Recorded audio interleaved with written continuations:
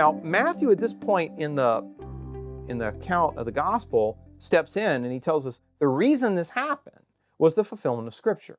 He says this was to fulfill what the Lord had spoken by the prophet, out of Egypt I've called my son. Now, that quotation there is from the book of Hosea. And in Hosea chapter 11, verse 1, Hosea is speaking of the son as Israel, the collective people of Israel, and of the exodus of Israel from the land of Egypt, right? Which took place, of course, at the time of Moses. So sometimes interpreters are puzzled by the application of this verse to the Holy Family because, in its original context, Hosea is not talking about the king of Israel, the Messiah, the Son of God, right? He's talking about the people of God being brought out of Egypt.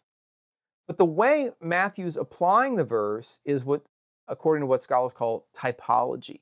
In other words, he's evoking the memory of the exodus from Egypt of the whole people of Israel at the time of Moses as a way of helping us to see that the birth of Jesus isn't just the fulfillment of, prophecies of the coming of the king, but it's also the inauguration of a kind of new exodus. And that's something we're going to see as we walk through the Gospel of Matthew. Throughout the course of the year A, one of the key things in the Gospel of Matthew is going to be the fulfillment of the prophecies of a new exodus.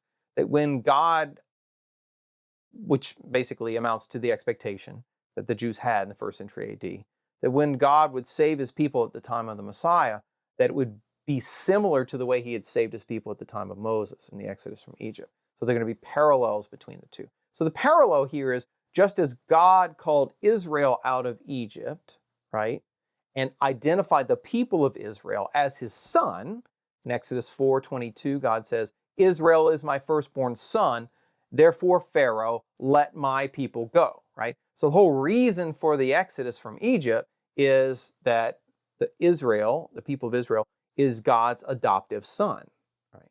And God says to Pharaoh, if you don't let my son go, then your sons will die, which is exactly what happens in the Passover.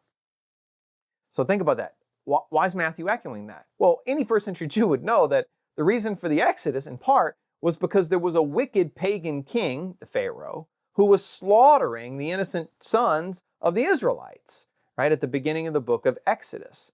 And so God raises up Moses, the deliverer, to set them free, okay? So the same thing's happening now with a different king. Now we've got a half-pagan wicked king, Herod, who's trying to destroy all of the Israelite boys in Bethlehem so that he can execute the Redeemer, the deliverer, the new Moses, which is the baby Jesus. Right?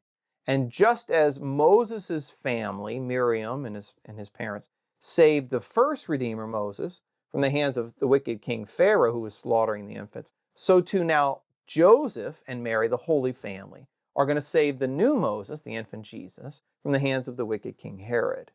So there's a kind of recapitulation of the events of salvation history from the Old Testament to the New Testament.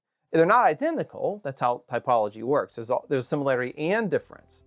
I think it was Mark Twain who said, history doesn't repeat itself, but it does rhyme. And that's how typology works as well. It's not repetition, it's recapitulation. It's fulfilling the old and then making it new as well.